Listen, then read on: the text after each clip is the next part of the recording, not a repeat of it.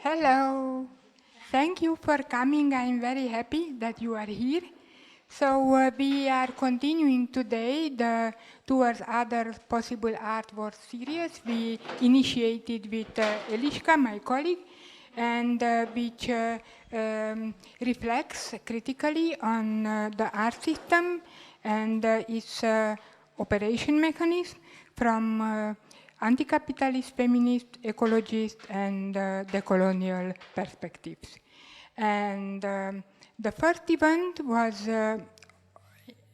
of Kuba Sreder from Warsaw in March, when he elaborated on the precarious condition of artistic labor and also on post-artistic practices as a means of resistance against totalitarian or authoritarian moves in society which happened in Poland in the recent past. And today's seminar is dedicated to feminist practices which seek to re-evaluate the principles, rules, and modes of production and instituting in the art world. And we have as guests today Lucy Lopez, Tereza Stejskalová, Barbara Komarova, and Barbara Nemčeková. Thank you very much for accepting our invitation. And I would like to give the floor to Eliška to introduce us into the matter. Okay, thank you, Judith. And thank you also to all of you who came today. And also thank you very much to our guests, Lucy Lopez and Tereza Stejskalová, that they accepted our invitation and that they come here and that they will introduce to us this feminist critique of art institutions and also, which is maybe even more important, this feminist practice of instituting or of instituting with care, which is the title of Lucy's research. And so maybe I won't tell now more about the topic. I just would like to introduce our guests. So Lucy Lopez, she is interdependent curator, researcher and writer based in UK. Recently, she finished her PhD research on the topic instituting with care. How might art institutions care well?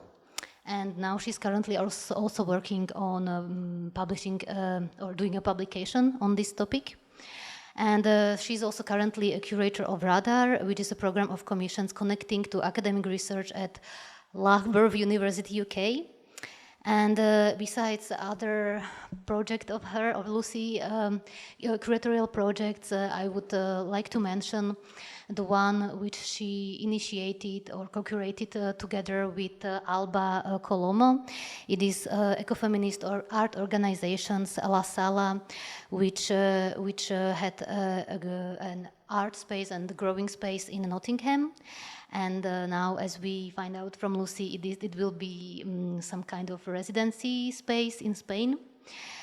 And so Lucy's work draws on feminism, practices of care, instituting and politics of work. And Tereza Stejskalová is a curator and researcher based in Prague. She's also the director of Transit.cz and of Biennial Matter of Art. And for our topic, it is really important that Tereza initiated the Feminist Art Institution, which is a coalition of art organizations in Czech Republic, but also some in Slovak Republic, which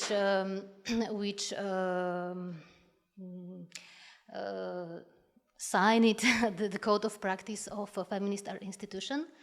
And also here are present the members of this of two organizations from Slovakia who signed this codex and this code of practice, and whom we will later have or discuss in the open discussion forum.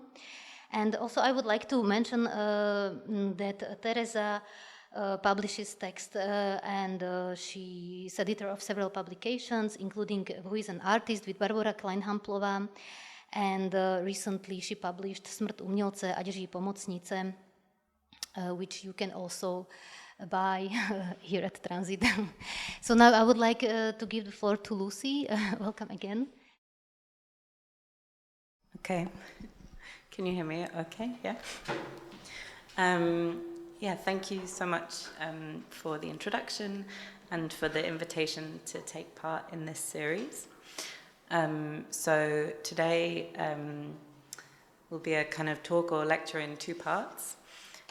So I'll first introduce some projects, my curatorial practice and research, and showing ways of working through some particular projects.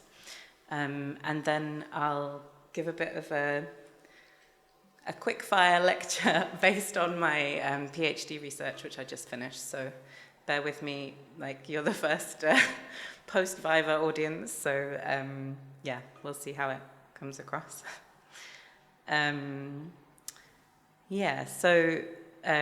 My approach to working as a curator, as is sort of on screen here, is one of thinking about interdependency. So rather than an independent curator, an interdependent curator, just meaning that very simply everything we do is anyway not individual. And I'll talk a bit about my PhD research on this topic of how to care well as an art institution or as well as possible. And I guess a key sort of way of thinking for me is approaching art as a space where we might imagine or institute other worlds, other ways of living in this world, or ways of working. And the image here is just, it's from the Code of Practice from the Women's Center for Creative Work in LA.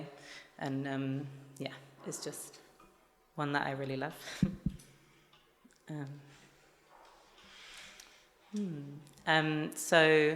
I'll talk through, first of all, just some different projects. The PhD that I mentioned was a collaborative doctoral award with Eastside Projects, which is an art organization in Birmingham in the UK. I'll talk more about that research later, but just to mention here, a project that was part of that called Policy Show,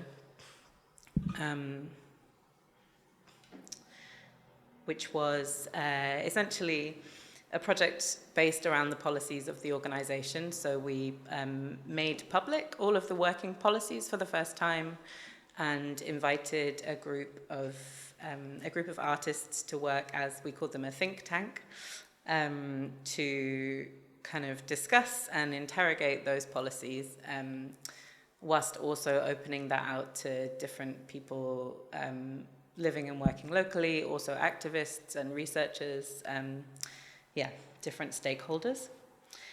And coming out of that project, we put in place the first stages of what we called a care consortium.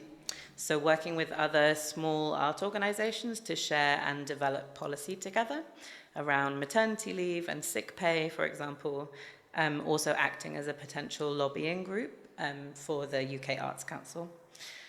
A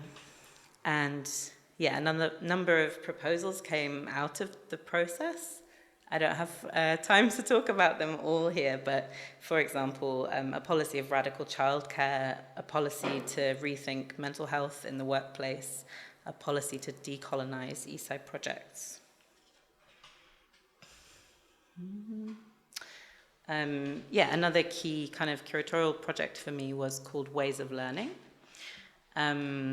which I'm based in Birmingham in the UK, as you'll see from all these projects being in Birmingham. It was a group exhibition at an organization called Grand Union, foregrounding forms of knowledge production stemming from anecdote, gossip, informal conversation, collectivity, generational knowledge, in contrast to a kind of increasingly marketized and privatized education systems. So that is just where you can see one slide from a work by the artist Alex Martinez-Rowe. A significant part of the project was working with a local architecture firm called Intervention Architecture to build this kind of learning environment in which we had housed the exhibition, but also a learning space, dinners, teach-ins, workshops. We had a club night in there and a podcast recording, lots of things.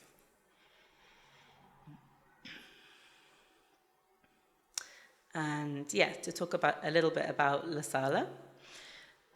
So in 2019, I co-founded a small art organization called La Sala, together with Alba Coloma.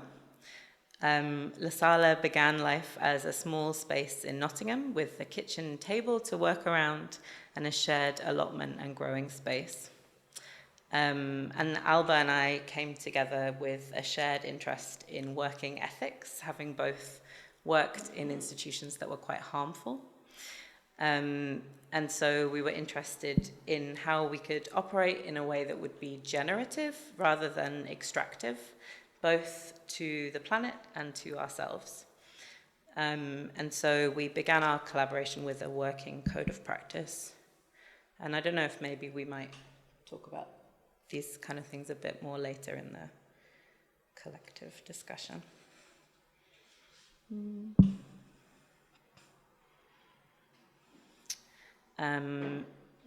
Yeah, just quickly.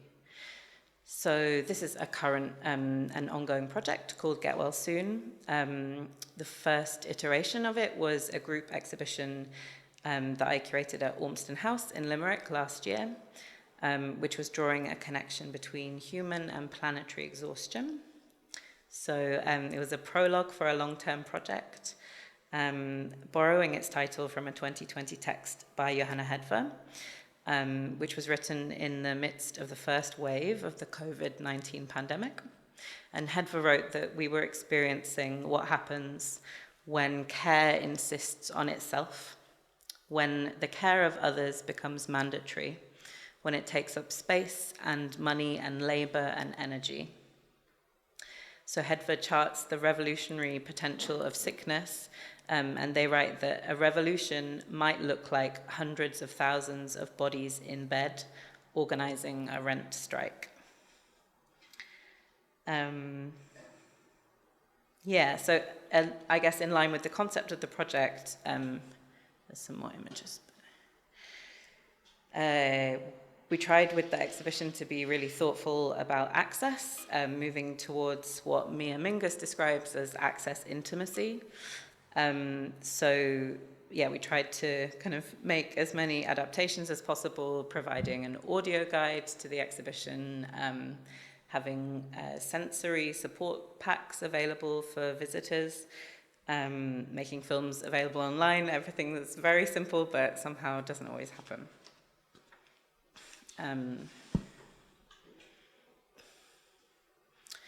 And the last project that I'll share before going into the more lecture part is a very new project called Birmingham Resistance Library, which has grown out of the Palestine Solidarity movement in the city. It's a project run by a collective of about 8 of us, and it's a community library containing books about resistance from multiple different perspectives. So it's both a resource for a particular community, and we're also, in Birmingham at the moment, our city council has gone bankrupt and they are threatening to close all the libraries in the city. So it also has a different kind of resonance as a community project and a site for organizing and programming. Yeah.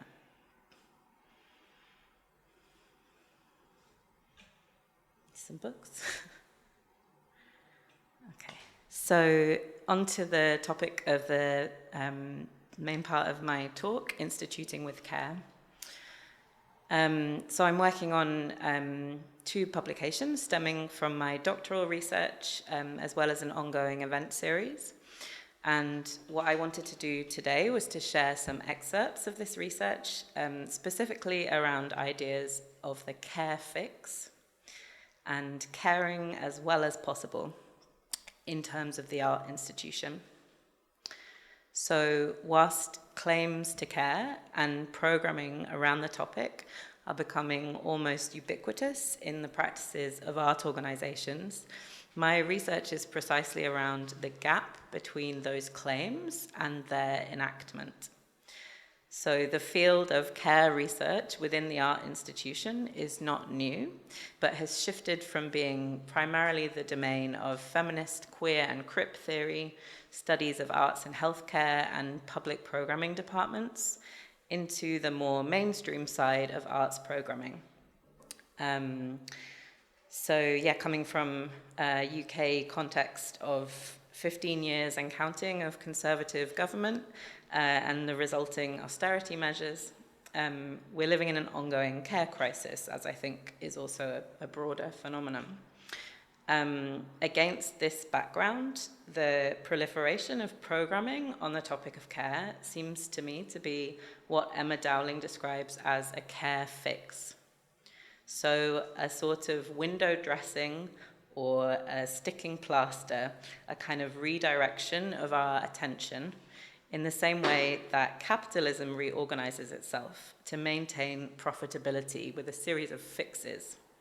So displacing rather than addressing the issue at hand. And my research looks at the gap between institutional claims and institutional realities, drawing a connection between the fields of publics, institutional critique, and care, providing an understanding of what it would mean for an art institution to care well. So I'll focus today on two aspects, as I said, the care fix and caring well, or as well as possible. So care forms an essential part of the inner workings or the bios of the art institution, its maintenance of itself as a persisting human collective effort. In the present economic, political, and cultural context, work on care also forms an urgent part of its public statements, or logos, in the form of programming and pronouncements. Because of this, there's a need to focus on care both as an imperative of the contemporary context and also as part of a broader question about how and why institutions can persist at all. I find very useful the definition of care by Joan Tronto and Berenice Fisher in their text Towards a Feminist Theory of Caring. So they define care as a species activity that includes everything that we do to maintain, continue, and repair our world so that we can live in it as well as possible. That world includes our bodies, ourselves, and our environment, all of which we seek to interweave in a complex, life-sustaining web. So this idea of living as well as possible is a thread that kind of continues through this research. And if we take this idea of maintaining, continuing, and repairing our world as one way of thinking about what it means to care, then it's important to look at what we mean by our world. So what exactly are we maintaining, continuing, and repairing? And Fisher and Tronto's description of what this world includes is really useful in looking at the field of care and how it tends to our bodies in terms of healthcare, childcare, social care, ourselves, so self-care as a revolutionary act, or on the other side as a capitalistic indulgence, and our environments in more than human worlds and in our neighborhoods.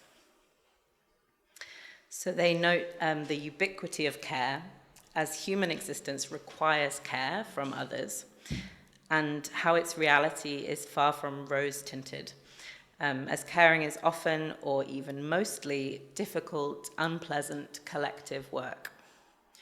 They write how care permeates every aspect of life as something that we have no choice over, although we might have some agency in how and for whom we care, and how much caring labour we outsource. So they articulate a link between care and power, in that when we act politically, we also need to be sustained and cared for. And when we take care, we're engaging necessarily in negotiations of power, conflict, equality, and trust. So how does all of this connect to the art institution? As I've mentioned, claims to care within the art sector are pretty ubiquitous in programming, in public statements, sometimes even written into policy. Institutions and curators can't seem to stop talking about care. Of course, I'm one of them. But these claims to care are rarely enacted in ways that cut through to the actual core workings of institutions. So instead, I argue that they represent a care fix.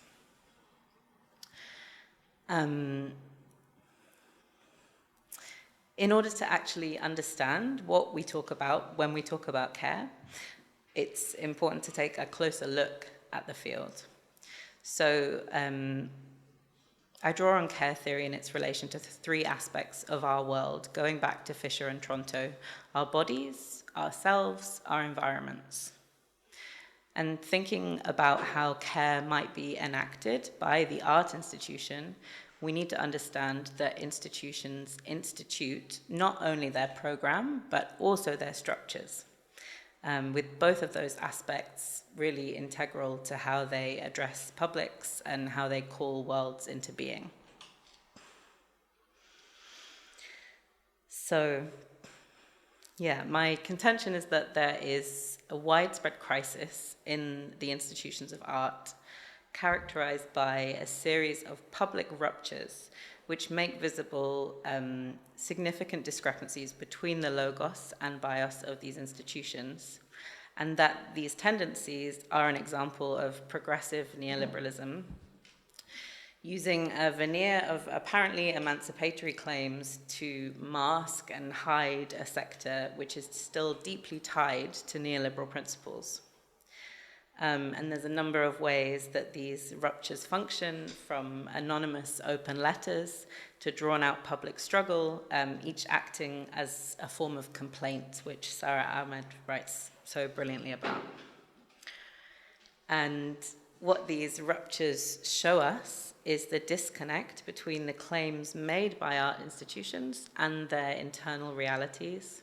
So moments of crisis, making visible the cracks in the institutional facade. And returning to Dowling's concept of the care fix, so the reorganization of the care sector towards privatization and unpaid labor, displacing rather than addressing the issues that led to the care crisis, we can draw a relation to what is taking place within the art sector. In her book, The Care Crisis, Dowling describes the reorganization of care work as an example of such a care fix, adopting David Harvey's description of the ways in which capitalist production undertakes spatial, technological, organizational, or financial fixes to solve the pressures of maintaining profitability. It's Dowling's position that the reorganization of care, such as privatization and a reliance on unpaid labor, represents one such fix, in that it doesn't address any of the core issues at hand, but just simply gives the appearance of having done something meaningful.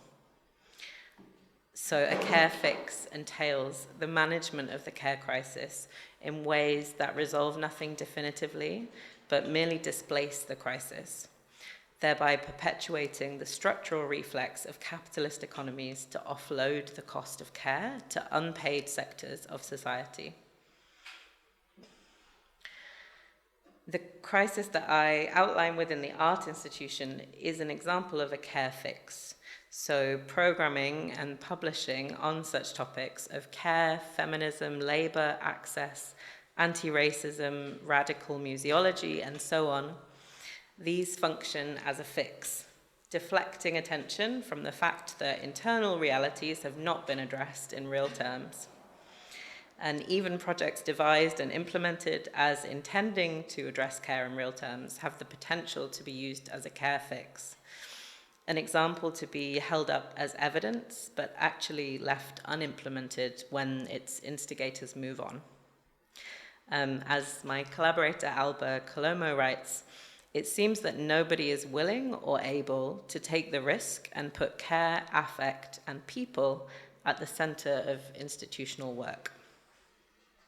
So the points of rupture that I described earlier are moments when that fix falls away. How might we then institute with care in reality what we might call instituting with integrity, not as a fix, nor window dressing, but rather organizing art institutions in ways that are congruent with the statements that they make? So I argue that to care well, as the opposite, the inverse of the care fix, is to enact genuine, not superficial practices of care. So these are essentially acts of maintenance of each other, bodies, selves, wider interconnected ecosystems.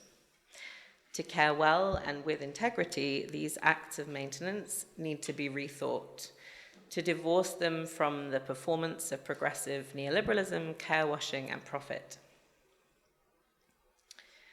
And writing in 2017 in the book Matters of Care, Maria Puig de la Bellacasa proposes an edit to Fisher and Tronto's definition of care that I shared earlier. And she writes that care is everything that is done to maintain, continue, and repair the world so that all can live in it as well as possible.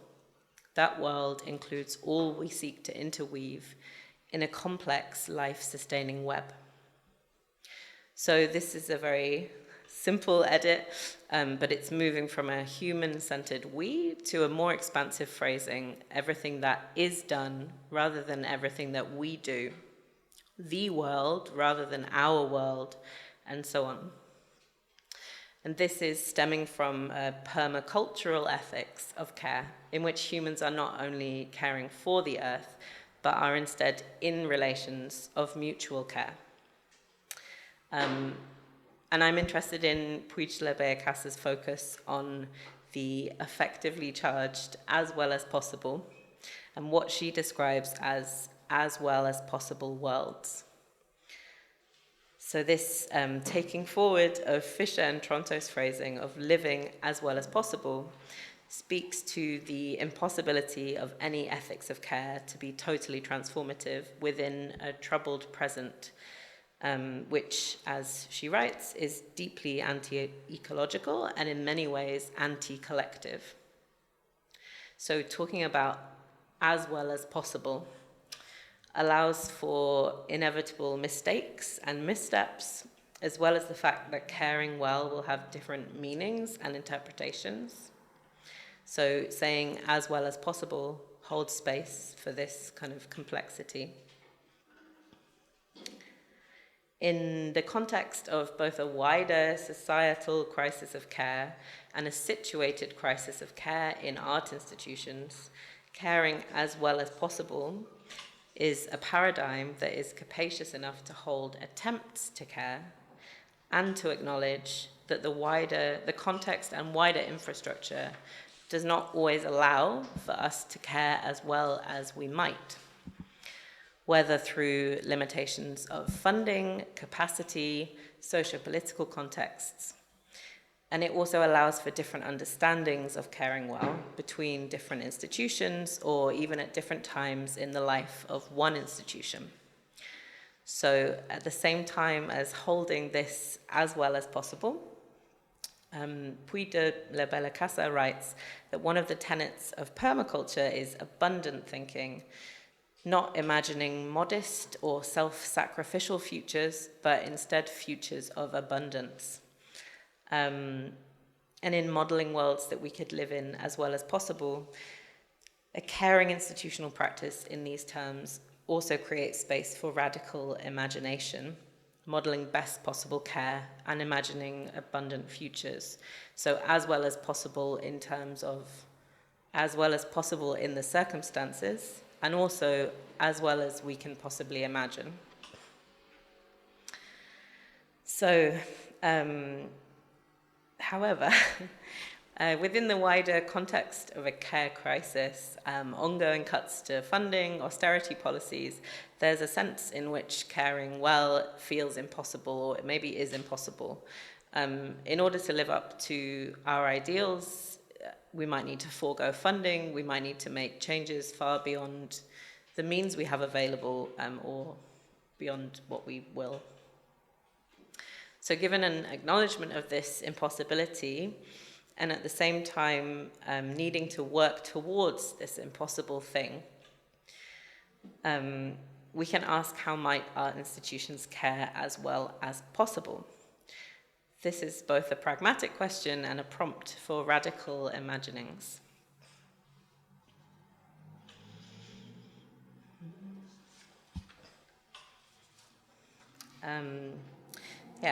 So the concept of radical imagination has a long and rich history in Black feminist and abolitionist thought, as practicing towards a world free of carceral logic, oppressive violence. Ruth Wilson Gilmore describes abolition as life in rehearsal, a practice of collectively imagining futures that are not determined by carceral geographies, and instead building life-affirming institutions. She speaks of the possibility and the intensity of being able to rehearse the future, rehearse the social order coming into being. Athena Athanasiou writes about performing the institution as if it were possible, looking at the possibility for acts of resistance from within certain conditions of impossibility. And she suggests that instead of treating the question of the capacity to act in terms of possible versus impossible, we examine what it might mean to institute otherwise, politically and performatively, as if it were possible. So this as if it were possible is quite close to the idea of thinking about instituting with care as well as possible. So amidst acknowledging impossibility, working as best possible towards care, and also holding on to the imaginary of as well as possible worlds, and to hold on to the need to call those into being. Athanasiou advocates working with the institution as a historically situated and contingent work of resistance, which constitutes a work of instituting otherwise. So her position is that this performing the institution simultaneously engages in acts of resistance, whether anti-capitalist, anti-racist, queer, and is crucial to the very possibility of transformative collective acts and arts amidst times of crisis. In other words, it is the embodiment and tireless work towards the things which seem impossible, which allows us to live in the impossible present.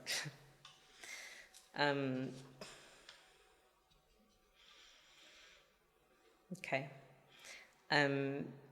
Finally, I want to emphasize the distinction between performing the institution and engaging in a care fix.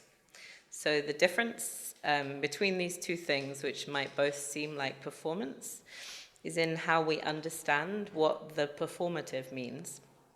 So performing the institution, drawing on Athanasiou, uses performativity as Judith Butler speaks of our performances of gender, that by engaging in discursive practices, we are able to create a new reality.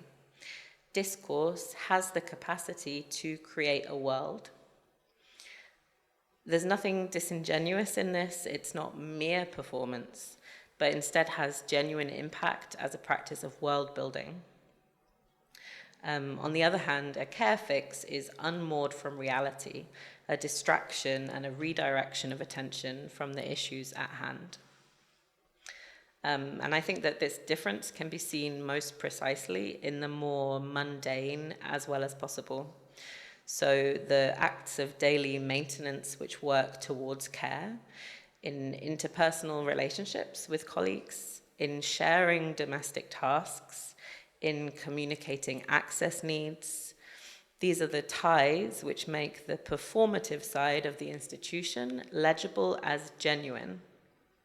And in these terms, in addition to imagining how we might move towards the ideal of a care community or an emancipatory counterpublic, it is also important to spend, for example, hours and days and years making plans to build a lift for an otherwise inaccessible building, or gradually building relationships with local care providers.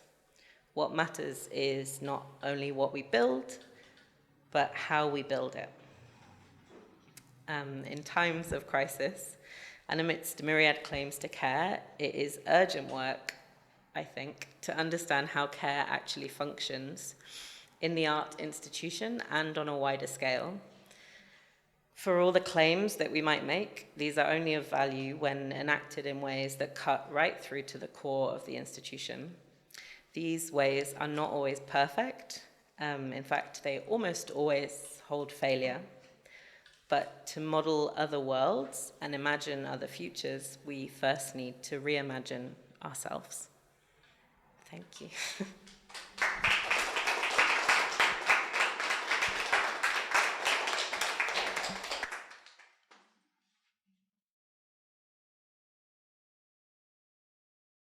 So, in my presentation, I want to focus on several encounters that have happened to me in the past and that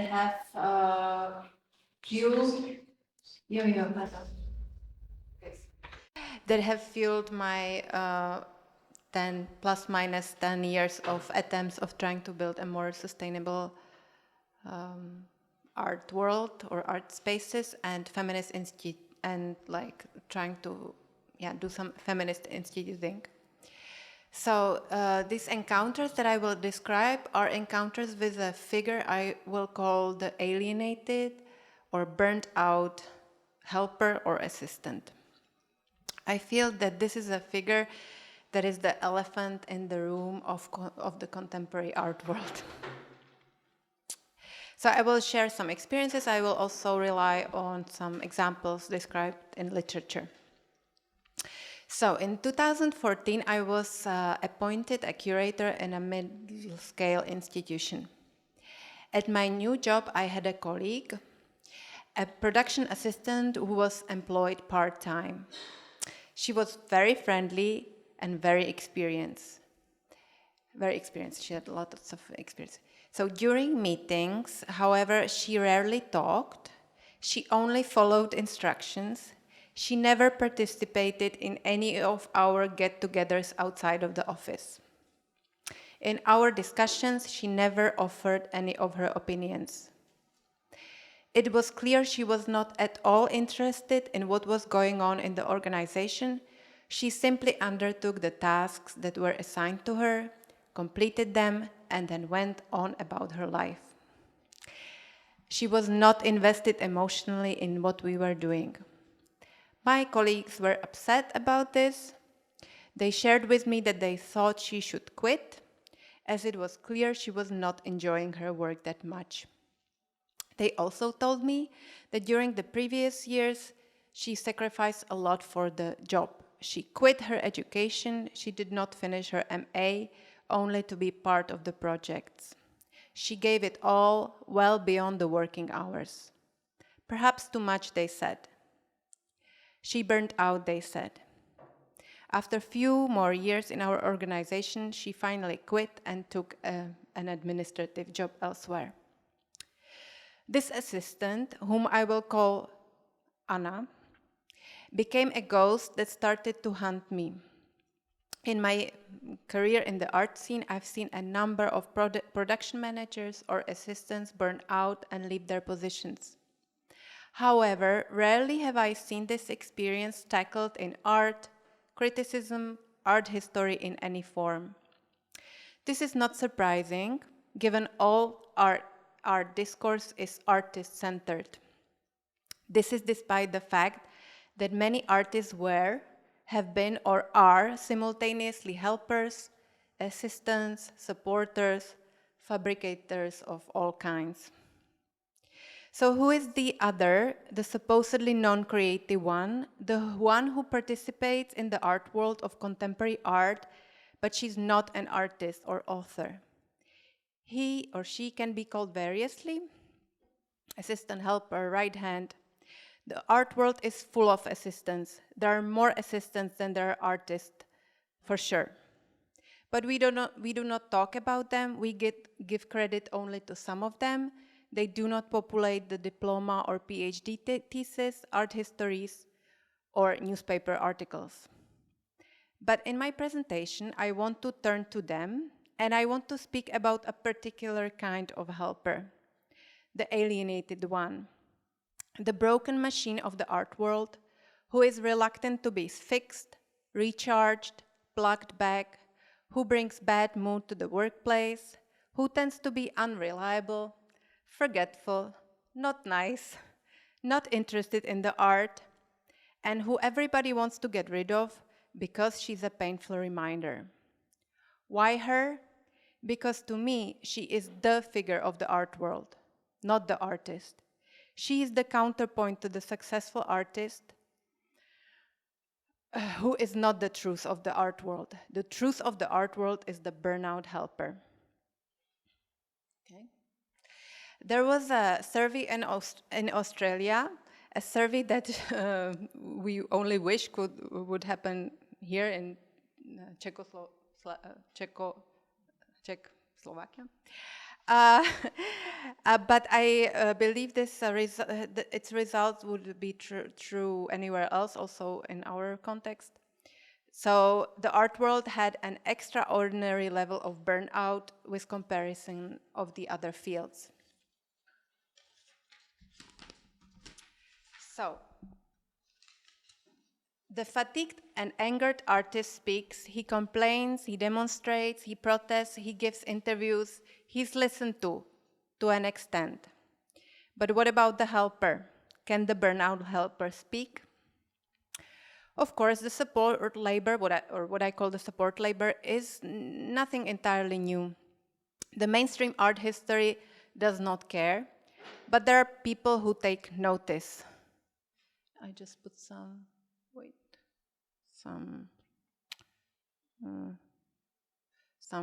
whatever, footnotes.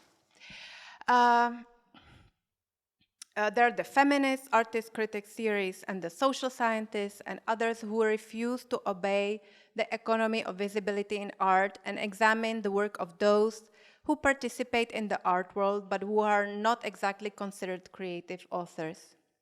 It is the feminist, first and foremost, here is one,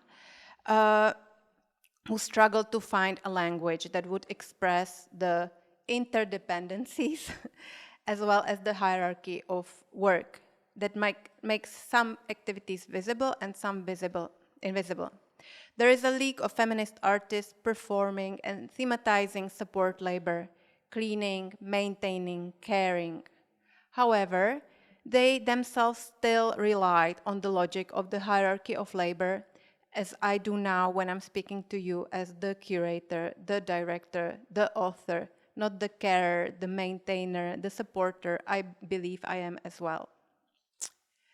So, after the feminists, it was also the social scientists who understand art as a complex web of relations. For me, a very important book was by the social scientist Howard Becker, who already in early 80s devoted, like the social scientists, they just are not like so, as they do not come from art, they have this kind of like distanced look, which I find good.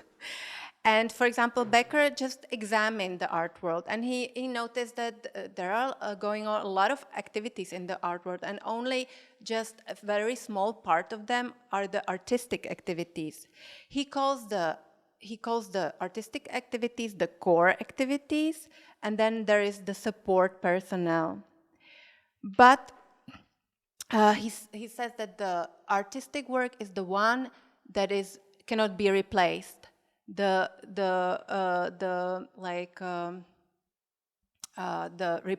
is a replaceable labor, which is the support labor, and then there is this irreplaceable labor. So if you change the artist, the work changes, but if you change the maintainer or the cleaner, or the nature of the stays intact.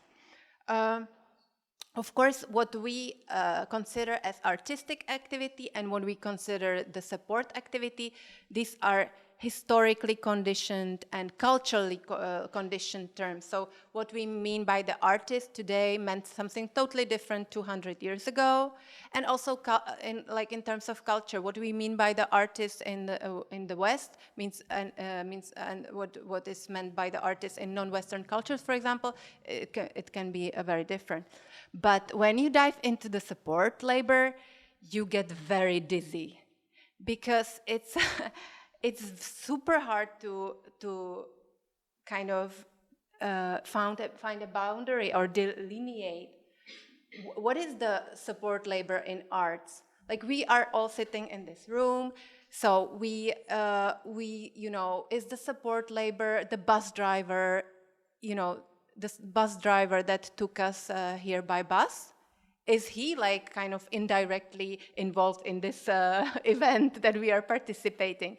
Is the dentist that fixed my teeth like a week ago, so I could be here because otherwise I would be in pain somewhere, part of this kind of support labor? So if you start to think about the support labor, it's like a fractal.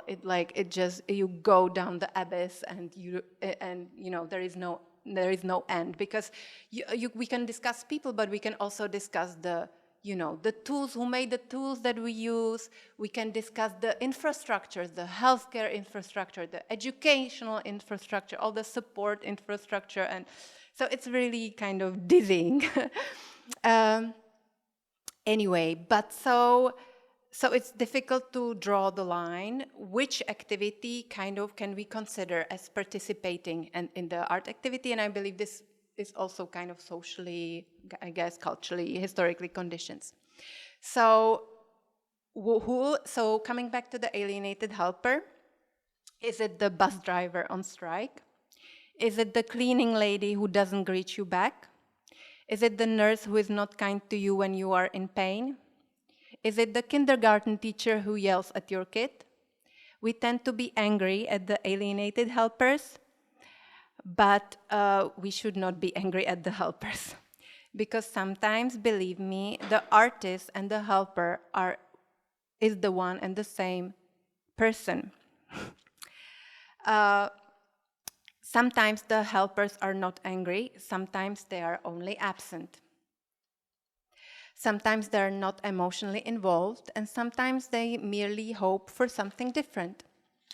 I remember when Anna, whom I already mentioned, was producing one performance by an artist. It was a very successful program, which was attended by many people, many of whom shared with me afterwards how impressed and moved they were by the program.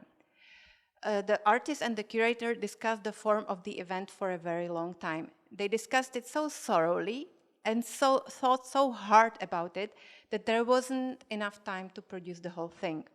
The two production assistants then worked for 5 days straight and were completely exhausted. On the day of the event, hours before it was supposed to begin, we sat in the office together and they both shrugged their shoulders.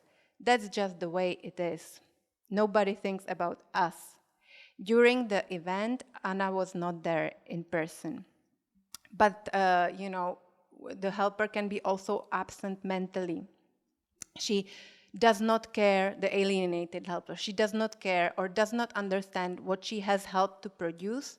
She does not understand or does not want to understand.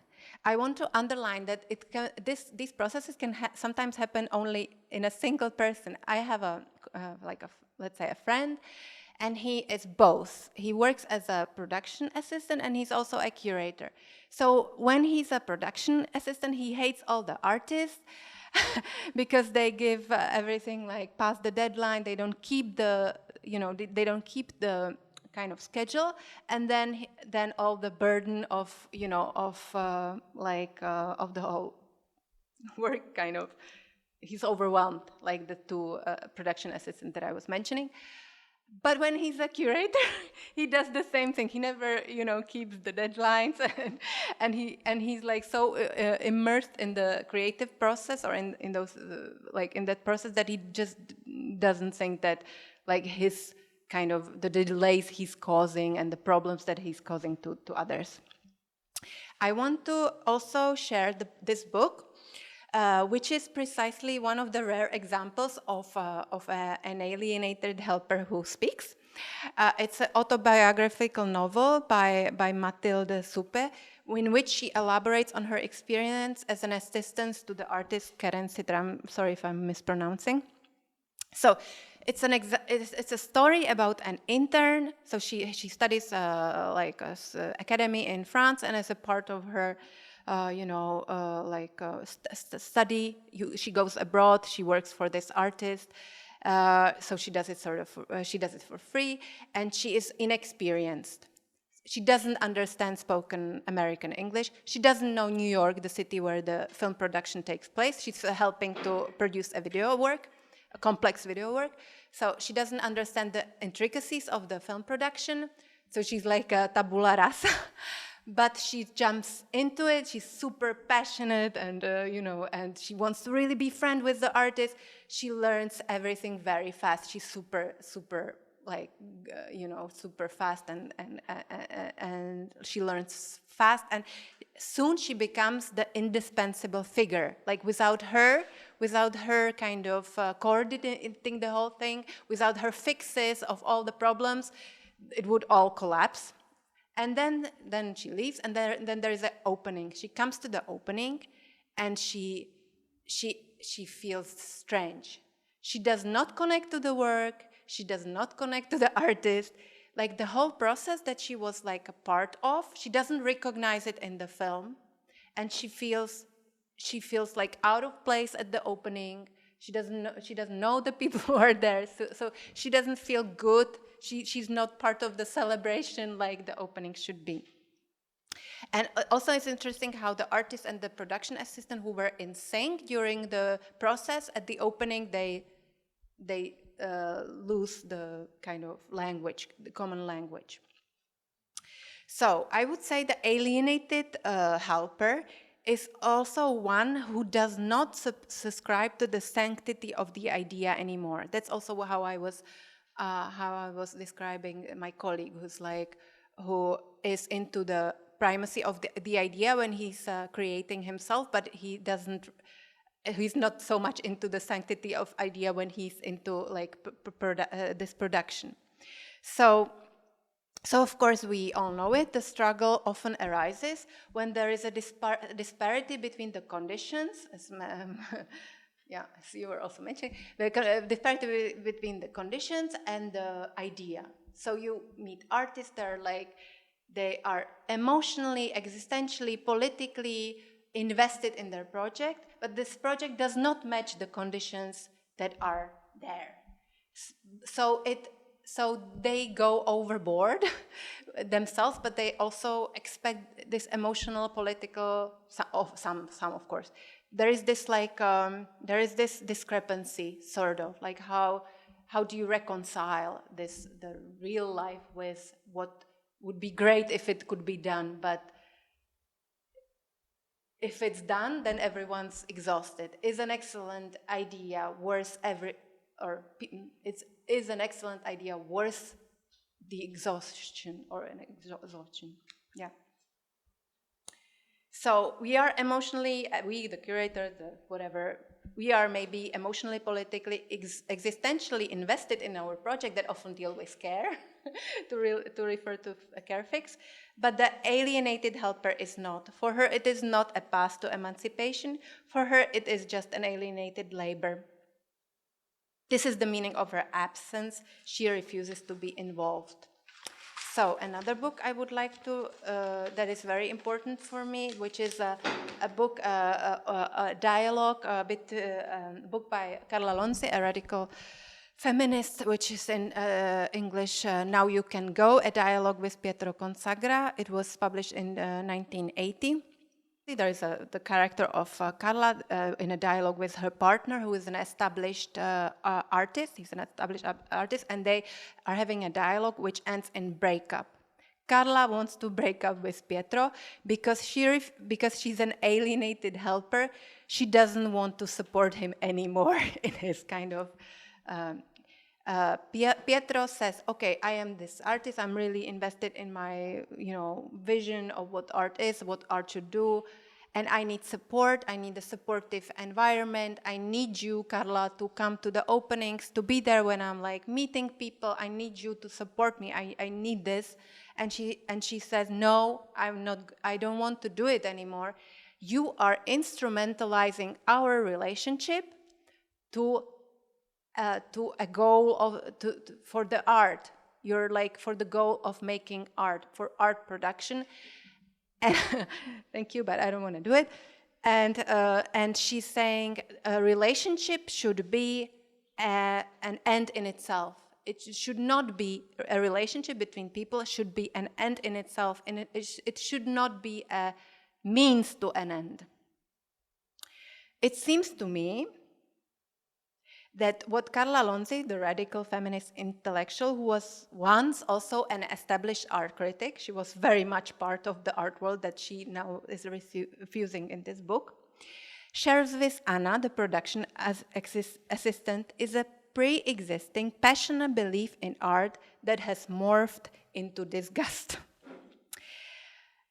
So, culture is bad for you, as the British social scientist, I don't have it in my PowerPoint, but there is this book, Culture is Bad for You, by the British social scientists who have studied the culture industries in Great Britain, and that's their claim, like, a priori, culture is bad for you. Like, if you decide to go into culture, it was not a good decision. Of course, how bad it is for you depends on your class, on your race, on your like background, the level of the different levels of privilege. Some people like are really bad. For some people it's really bad. Some can survive in it. But of course, just to enter, you have to be passionate about it. You have to love it, because otherwise, why would you do it? But then you come to a workplace that does not match the ideas that you maybe have entered the space with. Or that was the case with the two people that I've referred to today, Carla and Anna. So for me, the alienated helper is the figure to be in dialogue with. It is the measure of all things in art. For me, as the director of an institution, the real success of the event is not the number of visitors, the quality of the programming, the discussions and debates, the reviews, the sales.